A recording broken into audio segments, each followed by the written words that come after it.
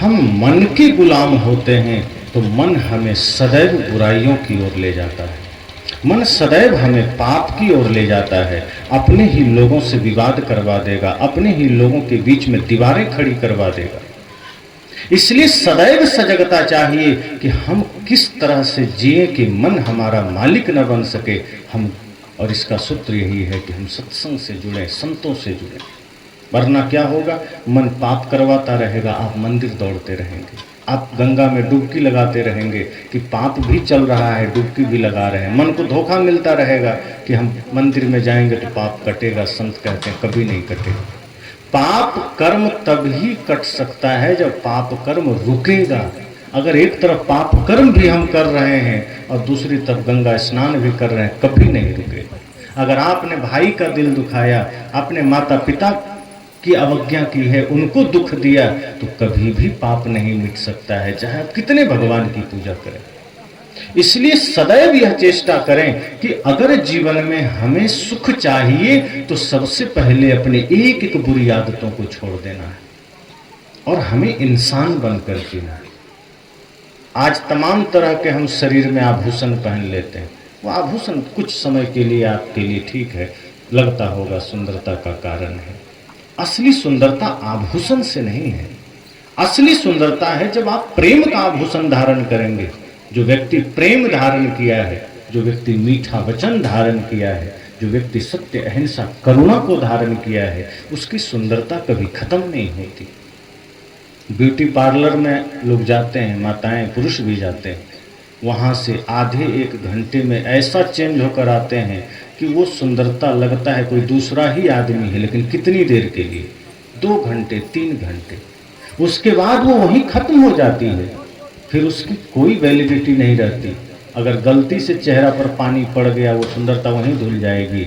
लेकिन सदगुरु कहते हैं अगर आपने अपने जीवन में प्रेम, सत्य, अहिंसा, करुणा, सेवा, भक्ति को धारण कर लिया, प्रेम को धारण कर लिया, वो सुंदरता कभी मिटेगी ही नहीं। माता शबरी हजारों वर्ष हो गए, उनकी भक्ति की सुंदरता आज भी है। मीराबाई को सैकड़ों वर्ष हो गए, उनकी भक्ति और प्रेम की सुंदरता आज भी है। भगत सिंह, चंद्रशेखर आजाद, नेताजी सुभाष चंद्र बोस, वीर महाराणा प्रताप, वीर शिवाजी जैसे महान योद्धाओं ने, भारत के महान सपूतों ने अपने जीवन में देशभक्ति का सौंदर्य धारण किया, वो आज भी है, वो कोई छीन नहीं सकता है। हजारों वर्ष बीत जाएंगे, भगत सिंह कुरूप नहीं हो सकते हैं, उनका नाम कोई भूल नहीं सकता है। बड़े बड़े धनपति देश में हैं, 100 साल बाद सबको भुला देंगे, लेकिन कभी भी खुदीराम बोस को हम भूल नहीं सकते हैं। हम कभी भी उधम सिंह को भूल नहीं सकते हैं। क्यों? इन्होंने अपने देश के लिए अपना स्वार्थ भी हटा दिया। संसार उनको याद कर रहा है क्योंकि उन्होंने अपने जीवन में सिर्फ राष्ट्र सेवा को जगह दी, जगत सेवा को जगह दी कि देश के लिए स्वयं को शहीद कर दिया। संत कहते हैं आप भी अगर सुखी होना चाहते हैं तो ये सोचिए कि हमारे जीवन में क्या है, किस मार्ग को हमने चुना है। अगर हमने हिंसा का मार्ग चुना है, अगर हमने नफरत का मार्ग चुना है, अगर हमने ईर्ष्या द्वेष का मार्ग चुना है, अगर हमने समस्त बुराइयों का मार्ग चुना है, नशा दुर्व्यसन का मार्ग चुना है, तो आप कुछ भी कर लीजिए, सुखी नहीं हो सकते। और अगर आपने प्रेम का मार्ग चुना है तो दुनिया कुछ भी कर ले आपको दुखी नहीं कर सकती है। दोनों बातें। अगर आपने प्रेम का मार्ग चुना है तो दुनिया आपको दुखी नहीं कर सकती, और अगर आपने हिंसा का मार्ग चुना है तो स्वयं भगवान भी आपको सुखी नहीं कर सकते। इसीलिए इस धरती पर अमर होना है, सूत्र यही है। सुखी होना है, सूत्र यही है। मन को निर्मल कर लीजिए, जीवन को पवित्र बना लीजिए। ये सोचिए कि जैसे मैं सबसे सुख चाहता हूं, वैसे ही मैं भी दूसरों को सुख दूं। अगर मैं दूसरे से ईमानदारी चाहता हूं, मैं भी दूसरे को ईमानदारी दूं। मैं दूसरे से प्रेम चाहता हूं, मैं भी दूसरे को प्रेम दूं। अगर आप चाहें कि सब मुझसे प्रेम करें और आप दूसरे को नफरत देंगे तो सुख नहीं आएगा। फिर कदम कदम पर दुखी होंगे, पीड़ित होंगे, और बाहर की भौतिक उपलब्धि सिर्फ आपको सुख नहीं दे सकती। कोई सोचेगा कि ओए छोड़ो, बहुत पैसा आएगा, डनलप पर गद्दा रहेगा, रेशमी वस्त्र रहेंगे, अपना फ्लैट रहेगा, बढ़िया महंगी गाड़ियां रहेगी, सोने चांदी रहेंगे, ब्रांडेड सब कुछ रहेगा, सुखी हो जाएंगे। लेकिन ध्यान देना, बाहर की सारी उपलब्धि पाने वाले लोग भी समय समय पर आत्महत्या कर लेते हैं। किस लिए? अगर सब कुछ आ ही गया तो मरते क्यों हैं? क्योंकि सुख नहीं है, शांति नहीं है। सुविधाएं मिल जाएगी, शांति नहीं मिलेगी। शांति, अगर शांति मिल जाती धन में तो सिद्धार्थ को गृह त्याग ना करना पड़ता। सिद्धार्थ ने राजा का पुत्र होते हुए भी धन वैभव त्याग दिया, क्योंकि देख लिए कि इस धन के पीछे छिपा हुआ जो दुख है वो मुझे कभी सुखी नहीं होने देगा। ये वैभव के पीछे छिपा हुआ दुख को उन्होंने पहचान लिया। मीराबाई को महल का त्याग ना करना पड़ता। बड़े बड़े ऋषि मुनि जो राजा के पुत्र हुए, उन्होंने धन को लात मारी। क्यों? वो जानते थे ये शरीर की सुविधाओं के लिए है, ये आत्मा को शांति नहीं दे सकते। आज हमें लगता है कि धन पूरा हो जाएगा, हम सुखी हो जाएंगे। एक चीज हमेशा ध्यान रखिए, धन आपके शरीर की व्यवस्था के लिए, इससे ज्यादा उसका कोई रोल नहीं है। मन की शांति धन से नहीं आती। अगर मन की शांति धन से आती तो माता सबरी तो सबसे ज्यादा दुखी रहती, क्योंकि वो तो टूटी हुई झोपड़ी में थी, फटी हुई साड़ी में थी। और सबसे ज्यादा सुखी रावण को होना चाहिए था, क्योंकि वो तो सोने की लंका में थे। आज किसी के पास एक सोने की अंगूठी भी हो तो उस आदमी को जनवरी में भी गर्मी आ जाता है शरीर में कि हमारे पास सोना है। अब जिसके 5 उंगलियों में सोना हो, गले में भी सोना हो, फिर सोचो वो तो जैकेट भी उतार के चलेगा कि देख रहे हो। और रावण पूरा शहर ही सोने का था, सोचो कितनी गर्मी होगी उसके पास। लेकिन सुख था क्या उसके पास? भय था, अवसाद था, चिंता थी। लेकिन माता सबरी झोपड़ी में थी, परमानंद में थी। इसका मतलब सुख का संबंध धन से तो बिल्कुल नहीं है। ये जान लीजिए कि आप ये सोचते हैं कि धन आ जाएगा तो सुखी हो जाएंगे, नहीं, धन आएगा तो व्यवस्था बढ़ जाएगी। इसलिए ये भी नहीं कहना है, संत ये नहीं कहते कि धन है तो छोड़ दो, वो कहते हैं व्यवस्था के लिए। धन है तो देखो ये पंडाल लगा है, धन है तो ये साउंड लगे हैं, धन है तो खाना मिल रहा है। लेकिन बस इतना ही संत कहते हैं कि धन का जो उपयोग है उतना स्थान देना उसको। धन सिर्फ शरीर की व्यवस्था के लिए है, उसको आत्मा तक मत जाने देना, वरना वो आत्मा को भी नरक में लेकर डुबा देगा। धन का काम सिर्फ शरीर को व्यवस्था देना है, तो धन का वही महत्व देना। जैसे आप 10,000 का जूता खरीद लें तो क्या करेंगे? सिर पर लेके घूमेंगे? कौन आदमी है जो कहेगा नहीं बड़ा महंगा जूता है, 50,000 का लिया है, इसको पैर में कैसे पहने, घिस जाएगा। अरे वो लिया ही है पैर की रक्षा के लिए, चाहे वो 1 लाख का क्यों ना हो। आप उसे सिर में बांध के नहीं घूम सकते। अगर जूता सिर पर रख लिए तो लोग कहेगा पागल हो गया ये आदमी। और टोपी और पगड़ी कोई पैर में बांध के घूमे तब? ये पगड़ी मात्र 100 रुपए का है, हम इसको पैर में बांध ले तो आदमी कहेगा पागल हो गया। ये 100 रुपए की पगड़ी भी सिर पर रहने लायक है, क्योंकि ये सिर के लिए है। और लाख रुपए का जूता भी पैर में रहने लायक है, क्योंकि वो पैर के लिए है। सदगुरु कहते हैं ये धन, ये वैभव आपके शरीर के लिए है, इसको आत्मा तक मत जाने देना, वरना आप दुखी रहेंगे। आपके दुख को कोई दूर नहीं कर सकता। तो धन को नकारा नहीं है, धन को त्यागना नहीं है, धन का सिर्फ उपयोग जान लेना है कि ये शरीर की व्यवस्था के लिए है, ये शरीर के भोजन के लिए है, ये समाज की व्यवस्था के लिए है। लेकिन मन अगर दुखी है तो वहां ये धन काम नहीं आएगा, वहां धर्म काम आएगा, वहां त्याग काम आएगा, वहां सत्संग काम आएगा। इसलिए यह ध्यान देना है कि हमें धन के प्रति जो गलत आसक्ति हो गई है कि यह आ जाएगा तो हम सुखी हो जाएंगे, इस भाव का त्याग करना है। वस्तुतः संतोष आएगा तो सुखी होंगे। सदगुरु ने कहा है ना, गौधन, गजधन, बाजधन और रतन धन खान, जब आवे संतोष धन, सब धन धूर समान। वे कहते हैं कि कितना भी धन आपके पास हो लेकिन सुख नहीं आएगा। कब आएगा? जब आवे संतोष धन, जो है उसमें आपको संतोष हो गया, सुख आ गया। वरना बड़े बड़े सेठों को भी सुख नहीं है। क्यों? वो अगर 5 फैक्ट्री है तो मंदिर में जाके कहता है हे प्रभु 10 हो जाए तो सुखी हो जाएंगे। अब जिसके पास एक भी नहीं है वो सोचता है 1 हो जाए तो सुखी हो जाएंगे, जिसको 1 है सोचता है 2 हो जाए तो सुखी हो जाएंगे, जिसके पास 5 है वो सोचता है 10 हो जाए तो सुखी हो जाएंगे। और क्या लगता है 10 होने के बाद वो कह देगा हाँ बस अब हो गया अब नहीं चाहिए, कहेगा नहीं प्रभु 20 हो जाए तो सुख मिलेगा।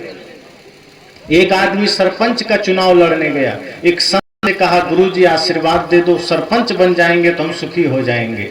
गुरुजी ने कहा देखो मेरे आशीर्वाद से तो कुछ नहीं होगा, लेकिन फिर भी तुम आए हो तो चलो आशीर्वाद है। वो सच में जीत गया। अब अगला चुनाव आया एमएलए का, विधायक का, वो आ गया गुरुजी के पास, का गुरुजी आपके आशीर्वाद से हम सरपंच का चुनाव जीत गए, इस बार हम एमएलए का चुनाव लड़ना चाहते हैं, विधायक का, आशीर्वाद दीजिए, बस एक बार जीवन में सपना है विधायक बन जाए हम सुखी हो जाएंगे। गुरुजी ने कहा तुम तो सरपंच बन रहे थे तभी कह रहे थे हम सुखी हो जाएंगे, कुछ नहीं चाहिए, कहने नहीं बस गुरुजी एक बार कृपा कर दो, बस अब एमएलए बन जाए फिर कुछ नहीं मांगेंगे। गुरुजी ने कहा चलो ठीक है, वैसे तो मेरे कहने से क्या होगा लेकिन आशीर्वाद है। वो सच में जीत गया। अब थोड़े ही दिन बाद आया एमपी का चुनाव, सांसद का, वो पहुंच गया गुरुजी के पास, गुरुजी कृपा करना, अब क्या है सांसद बनने का मन है। कहा तुम तो कहा था विधायक बनेंगे, सब सपना खत्म वहीं विराम। कहा नहीं अब थोड़ी लालसा बढ़ गई, अब मन है दिल्ली भी बैठने का, थोड़ा कृपा करना, अभी पूरा सुखी नहीं हुए, थोड़ा बाकी है, कृपा करना हम सांसद बन जाएं। गुरुजी ने कहा चलो ठीक है एक बार और कृपा कर दिए। वो सांसद का चुनाव जीत गया। अब जैसे ही बना अब गुरुजी के पास आया, गुरुजी कृपा करना कोई मंत्रालय मिल जाए, सांसद तो बन गए, अगर कैबिनेट मिनिस्टर बन गए तो शायद सुखी हो जाएंगे। गुरुजी ने कहा अब तू अगली बार तू सब हारेगा, तो वही सरपंच ठीक है, नॉर्मल आदमी ठीक है, क्योंकि ये तृष्णा तुमको कैबिनेट मिनिस्टर तक रुकने नहीं देगा। तो कैबिनेट मिनिस्टर जिस दिन बन गया तुम सोचेगा गृह मंत्री बने, फिर प्रधानमंत्री बने, फिर राष्ट्रपति बने, और फिर तू सोच लेगा कहीं अमेरिका का राष्ट्रपति न बन जाए, फिर तू सोचेगा सुरक्षा परिषद का ही अध्यक्ष बन जाए। ये रुकने वाला नहीं है, ये तृष्णा कभी शांत नहीं होगी। तृष्णा जब तक है तुम सुखी नहीं हो सकता है, और तृष्णा मिट गई तो तुम पैदल में भी सुखी रह सकते हो, और तृष्णा है तो कभी सुखी नहीं रह सकते। इसलिए मैंने कहा कि अगर आपके पास धन है तो ये समझना ये तन गुजर के वास्ते हैं, ये सामाजिक व्यवस्थाओं के लिए है, धन का सदुपयोग करना। धन है तो संकल्प लेना कि धन धर्म का कारण बने, धन अधर्म का कारण न बने। बल है पास में, शारीरिक बल, तो सोचना यह बल भी निर्बल का बल बने, ये किसी भी असहाय लाचार को सताने के लिए नहीं है। मैं अक्सर उदाहरण देता हूँ, हनुमान जी के पास भी बल था, कुंभकर्ण के पास भी बल था। हनुमान जी अपना बल का प्रयोग कहाँ करते थे? निर्बल को सहारा देने में, दुष्टों के नाश में। अब कुंभकर्ण लाचार को सताने में, आम आदमी को प्रताड़ित करने में, तो कुंभकर्ण का बल अधर्म का कारण बन गया, हनुमान जी का बल धर्म का कारण बन गया।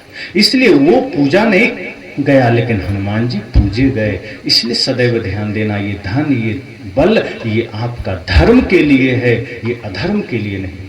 अगर धन है सोचना ये धर्म के लिए, एक दिन ऐसे भी लुट जाना है, छूट जाना है, तो धन का सदुपयोग करिए। अगर धन का सदुपयोग नहीं करेंगे तो ये धन आपको शराबी बना देगा, ये धन आपको जुआरी बना देगा, ये धन आपको हिंसकी बना देगा। लेकिन धन का अगर आपने सदुपयोग किया, यही धन आपको धर्मात्मा बना देगा। अगर बल का आपने सदुपयोग किया, यही बल आपको पुण्यात्मा बना देगा। इसलिए मैंने कहा दुख कोई दूसरा नहीं देता, हम अपने ही कर्मों से सुख दुख पाते हैं। अगर हमने ठान लिया, संकल्प ले लिया, तो इस धरती पर कोई हमें दुखी नहीं कर सकता। उसका मार्ग यही है कि मन को निर्मल कर लीजिए, पवित्र कर लीजिए। समस्त सृष्टि में सबके प्रति यह सोचिए कि सबके भीतर तो भगवान बैठा है, किससे ईर्ष्या करूं। सदगुरु कबीर ने कहा है ना, हृदय बसेते ही राम न जाना, सबके हृदय में राम है, मैं किससे बैर करूं। सबके हृदय में परमात्मा बैठा है, किससे नफरत करूं। और कृष्ण तो कहते हैं ईश्वर सर्वभूतानां हृदय से अर्जुन तिष्ठति। कृष्ण भी वही बात कहते हैं कि सबके हृदय में ईश्वर बैठा है, फिर किससे बैर करना। और तुलसीदास जी भी कहते हैं प्रकृति पार प्रभु सबूरवासी, और तुलसीदास जी तो और भी कहते हैं, कहत सकल घट राम मैं तो खोजत कही काज, तुलसी यह कुमति सुन उर आवत अतिलाज। घट में है सूझे नहीं लानत ऐसो जिंद, तुलसी या संसार को भयो मोतिया बिंद। तुलसीदास भी कहते हैं कि घट में सबके राम है, दिखता नहीं, आदमी से नफरत कर रहे। इंसान से नफरत करते हो, भगवान को क्या तुम पाओगे।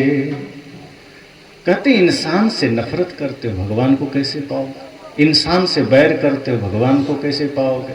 इंसान से प्रेम करो, और जब इंसान से प्रेम करेंगे, माता पिता गुरु में श्रद्धा रखेंगे, अपने भारत देश अपने राष्ट्र के प्रति श्रद्धा सम्मान और सेवा का भाव होगा, तो समझना आपने जीवन को पूरा कर लिया। और जो व्यक्ति धर्म के मार्ग पर चलेगा वो परिवार में भी प्रेम से रहेगा।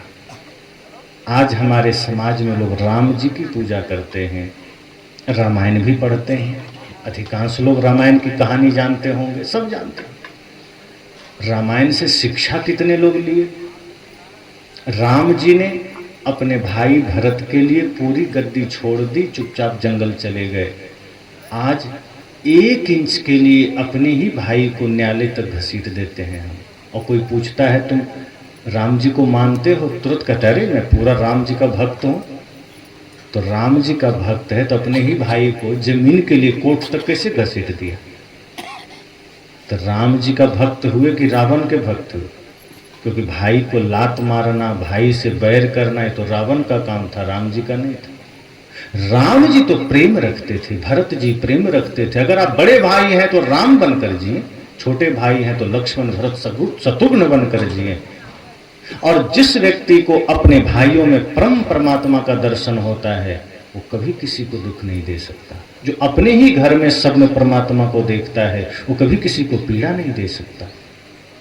आप वो घटना याद करिए कि कितना प्रेम है भरत में और राम में, कि दुनिया ने पूछा राम जी से कि हे प्रभु, संसार आपको भजती है, नाम जपती है, राम राम राम राम करती है दुनिया, ऐसा कोई है जिसे राम जी भजते हैं?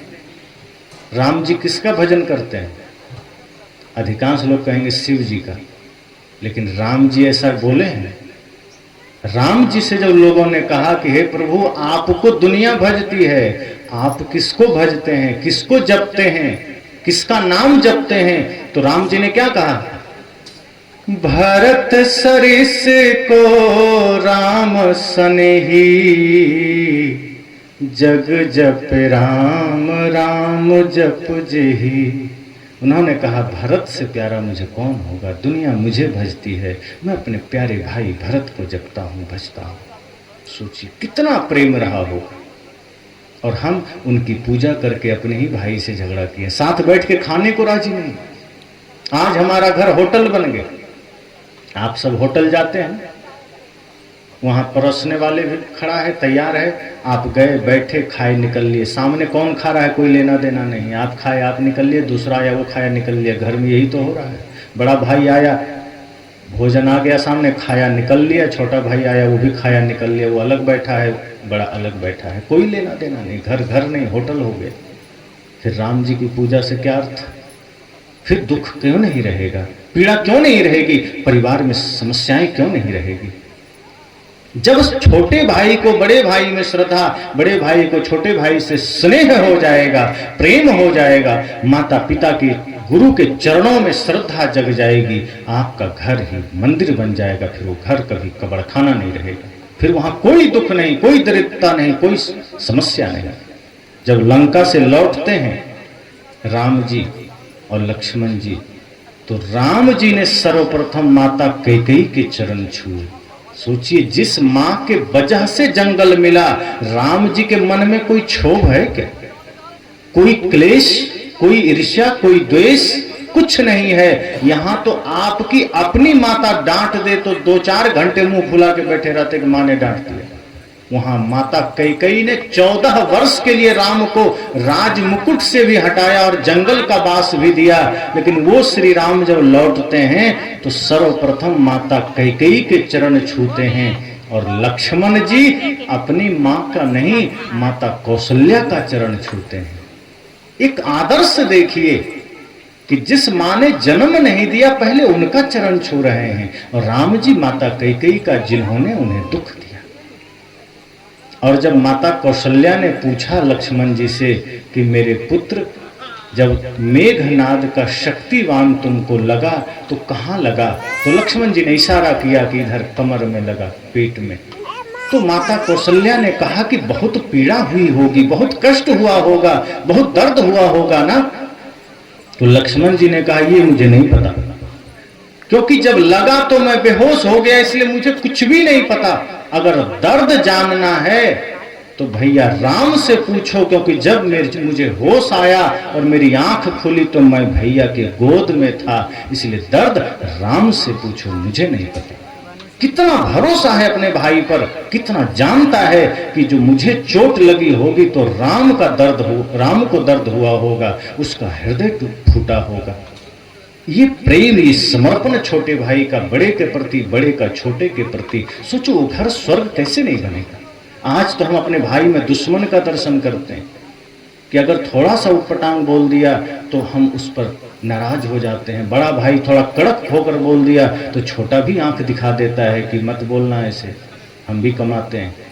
दोनों में दीवार खड़ी हो जाती है। एक समर्पण, एक भाव, एक प्रेम होता ही नहीं है कि बड़े भाई ने कुछ कह दिया तो श्रद्धा से सिर झुक जाए कि हाँ भैया आपने ठीक कहा होगा, हमें आपके प्रति प्रेम है, समर्पण है। कहाँ कहते हैं, हम लड़ाई पर लड़ाई किए चले जा रहे हैं और अंत में हाथ क्या लगता है, खाली हाथ जाते हैं। बड़ा भाई भी खाली हाथ गया, छोटा भी खाली हाथ गया। जिस जमीन के लिए लड़े थे, जिस धन के लिए लड़े थे, वो जमीन भी यही है, वो धन भी यही है, दोनों की अर्थी उठ जाती है। फिर लड़ना क्यों?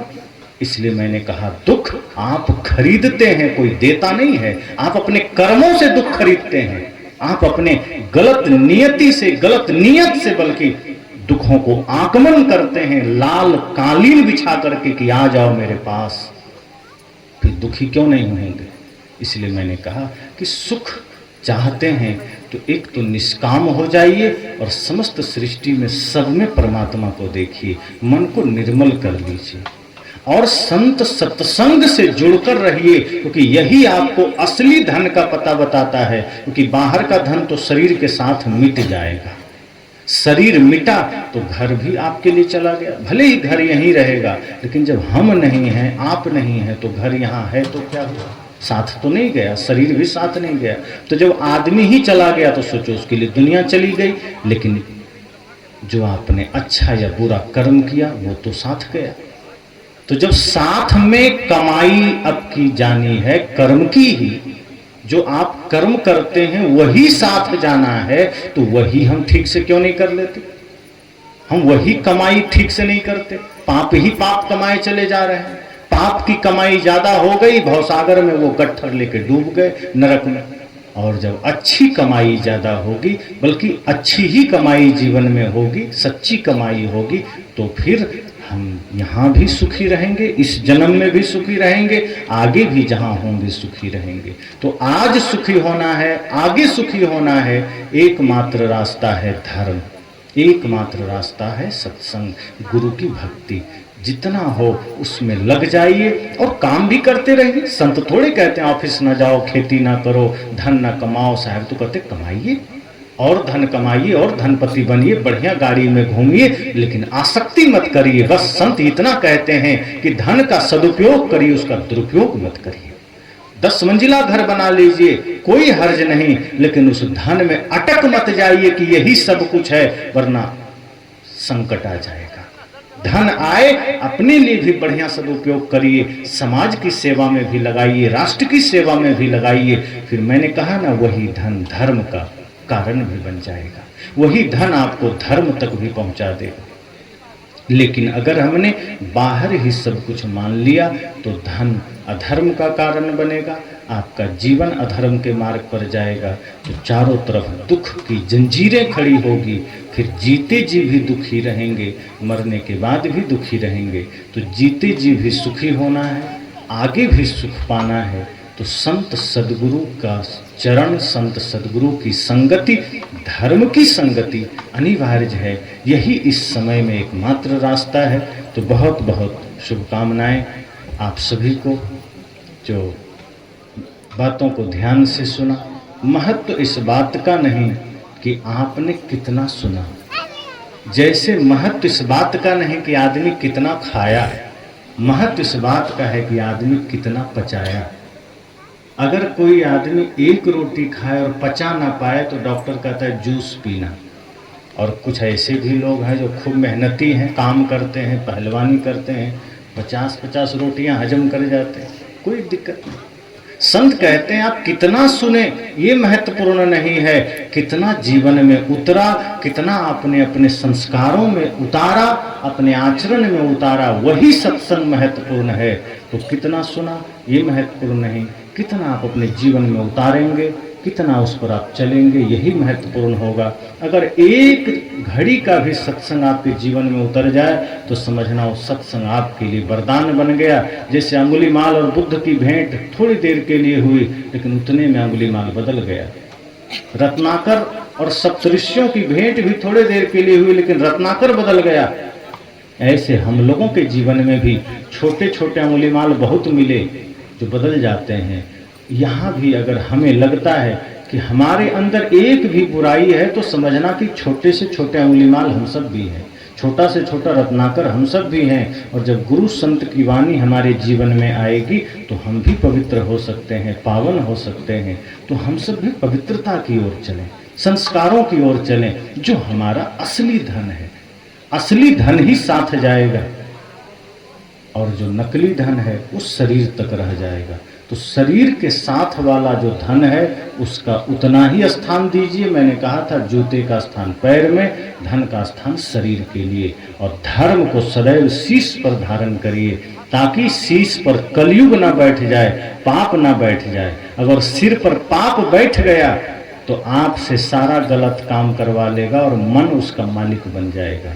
इसलिए सिर पर सदैव धर्म को धारण करिए, ज्ञान को धारण करिए, गुरु की आज्ञा, गुरु की भक्ति को धारण करिए। तब क्या होगा, संसार में कभी कोई भूल हो ही नहीं सकती है। बहुत बहुत शुभकामनाएं और इसी के साथ वाणी को विराम।